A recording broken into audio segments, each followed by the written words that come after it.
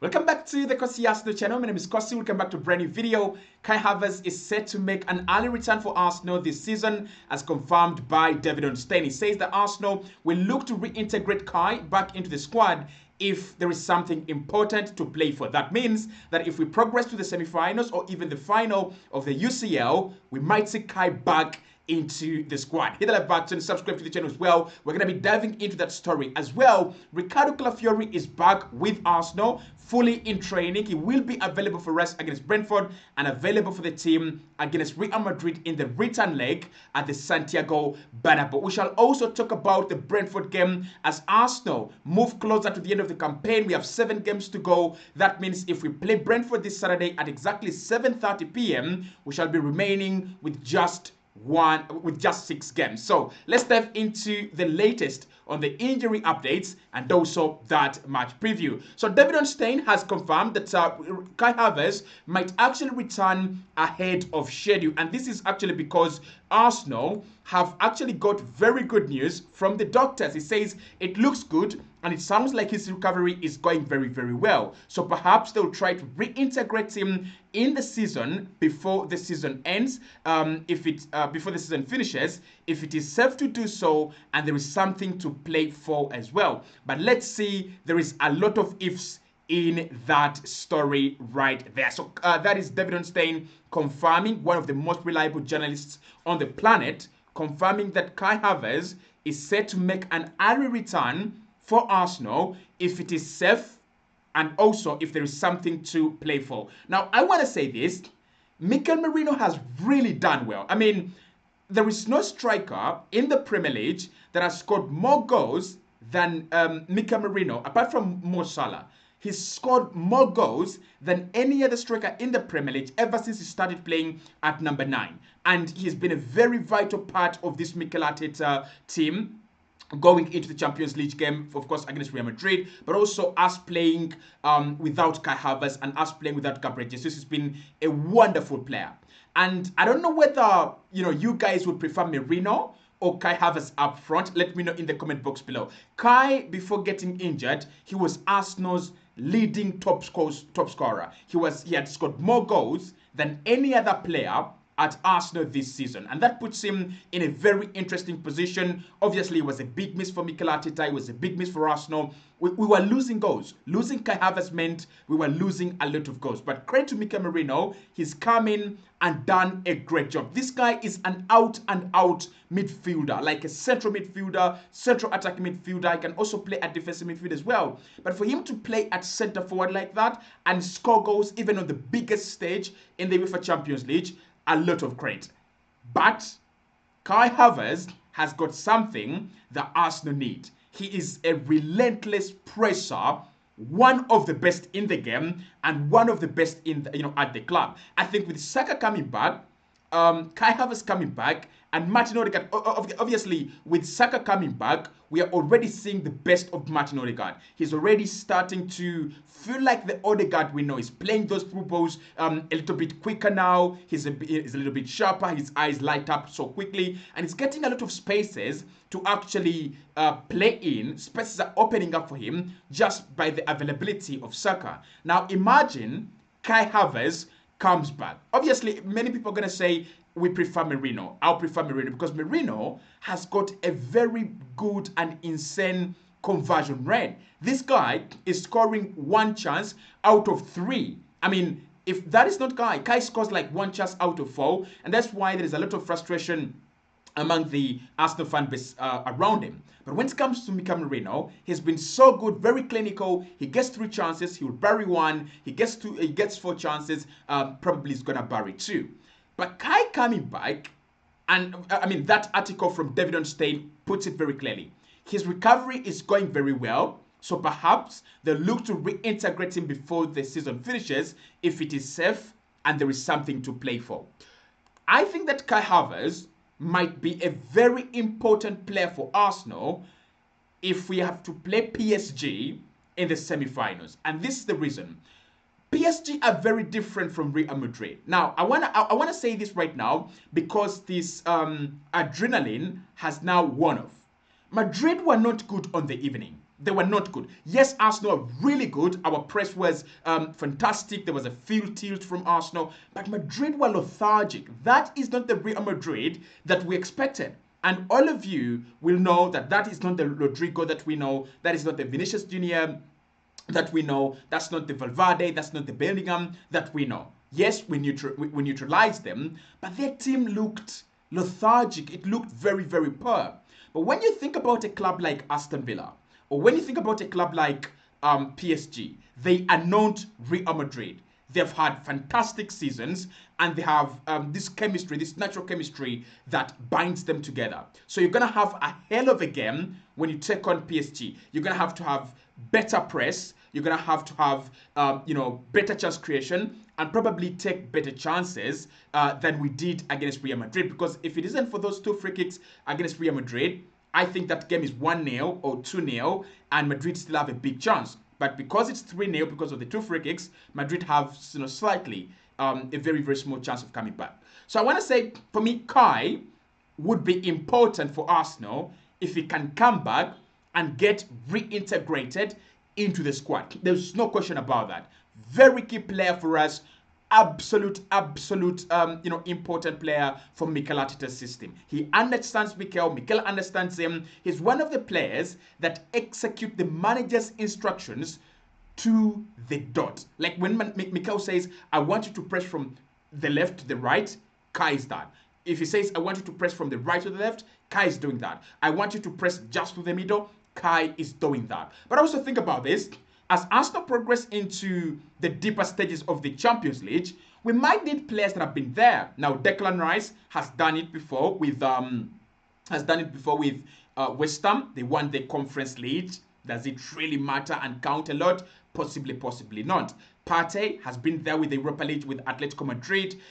They've won it. Jorginho has been a champion as well. So we're gonna need players that know how to navigate those waters, right? They're deep waters with high sea monster waves. We're gonna need players that can help us navigate those waters. Mikel Arteta, he has never won the Champions League, not as a manager, not as an assistant manager, not as a player.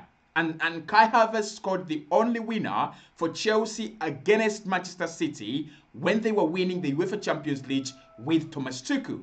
So for me, this is very good news, right? Because I'm so terrified of PSG. And that's not because I don't trust Arsenal. That is because they've been kind of, the flagship team. If there are 2 teams that someone must be really afraid of in the Champions League right now, it is PSG. They're playing fluid football and they're untouchable right now. And the other is FC Barcelona. With Lamine Yamal and Rafinha in the forms of their life, Rafinha now has 19 goals and assists in the Premier League, in the Champions League campaign, the same number of GA Messi has ever accumulated.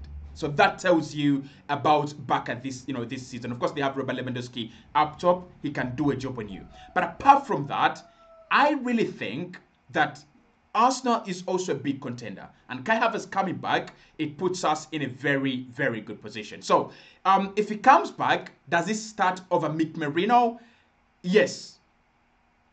Yes. For me, yes. I think, we underrate him so highly at Arsenal. And I think there's so many fans outside our own football club that kind of just never give him any respect. But he's a good player. He's a very good player, and he has scored a lot of goals for this club. This season, he turned up when the club needed him the most. And that's why when his injury actually happened, the pain reverberated throughout the club hierarchy. Now, Ricardo Calafiori is back as Arsenal take on Brentford this weekend. We're going to talk about the Brentford game, but Ricardo Calafiori, his first season, I'm not impressed. I'm really, really not impressed. Like, he has got some elements of brilliance as a player, but apart from that, it just feels, no, I'm not really on board with Ricardo Calafiori. He's injury prone, he's never fit, and when he's around, he's gonna have one good game and another disaster class. I'm not yet on board with the idea of Ricardo Calafiori. Maybe it is his first season, and Arsenal have had a couple of injuries, and maybe it's a bad season altogether, and maybe next season he's gonna have a better season. But when I hear that Arsenal are linked with other players in that position, right? We are linked with Dean Hussein, we are linked with Milos Kakes, we're linked with Jura Hatzol. That also tells me something that I need to know about Ricardo Calafiori. But the good news is that Ricardo Calafiori is back for us against Brentford. This is a game that is going to require Mikel to think and think harder. Just like we did against Everton. We didn't lose because that would have shattered our hopes and our motivation and our levels of esteem. But we didn't play full power. We didn't go with full power. And this is what I expect against Brentford as well, right? Let us do what we did against Everton. Play very well, play with a lot of discipline, but do not play the whole starting 11, right? This would be my starting 11, for example, against Brentford. I think in goal, David Raya, but if there is a possibility that Neto can be trusted, we can trust him. I said this against Everton, and I'll say it again. If you can trust Neto, let us trust him in this game. Right back, Benjamin White, right? Right back, Benjamin White. He didn't play for us against Madrid. So let's play Ben White at right back. At centre back, yeah, Ricardo Calafiori comes in at centre back. I think with Saliba, because Julian Timber came into the Real Madrid off the back of something. Let us rest him once again. So Saliba and Calafiori play at centre back, and then at left back is Currentieni. It makes a lot of sense. I mean, that's enough rotation. I think William Saliba this season hasn't had the best of campaigns, but he is as solid as ever. In midfield, just like we did against Everton, let Jorginho come in. Partey rest for the whole 90 minutes. He was absolutely key. He was very good against Real Madrid. So let us rest him once again. Let us play Jorginho in that holding midfield role. Mikel Merino as part of the midfield. And then Mikel Merino and Declan Rice. I think, would you rotate Rice? Would you play Rice as part of... I don't know. Should we rotate Rice and just keep him out of the starting 11? Possibly not, right? So you could play Jorginho, Odegaard, and Rice. We don't have so many options in midfield. And then up top, I would rest Mikel Merino. Trossard, Martinelli, and Ethan Nwaneri. That would be my starting 11. I think Saka needs to rest. No question about that. You rest Saka. If possible, Partey, Rice, Julian Timber, and maybe Raya. Because the worst nightmare you don't want is for you to go to Real Madrid and then you have one of your key performers missing. Of course, Gabriel is already missing, and that will be exposed. I think people think that the Madrid game, the return leg, is going to be so comfortable for Arsenal because we have a 3-0 lead. I don't think it's going to be like that, right? And that's why this Brentford game, for me, is important. Just to keep Arsenal active, right? Just to keep us active, just to make sure that we have something to crunch on. We should use the Brentford game as, I would say, a training for Real Madrid. Because Brentford are relentless, right? They're good. They have a good manager. They have a good team. They have a very good system. They'll throw everything they've got at you. They're like kamikaze bombers as well. They're a team that comes to throw everything they've got at you, and they've got the quality to punish you. Buemo, up top, Johan Visa up top as well, and a couple of other players in that midfield. Brentford are such a force. So if we can take on Brentford and just avoid being beaten, and then we go away to Real Madrid, right, and be disciplined, I think both games are going to teach us how good Arsenal are in terms of discipline, right? But for me, the mind should be Real Madrid. It should be about Real Madrid. If Mikel can play a few youngsters, right, I don't have a problem with that.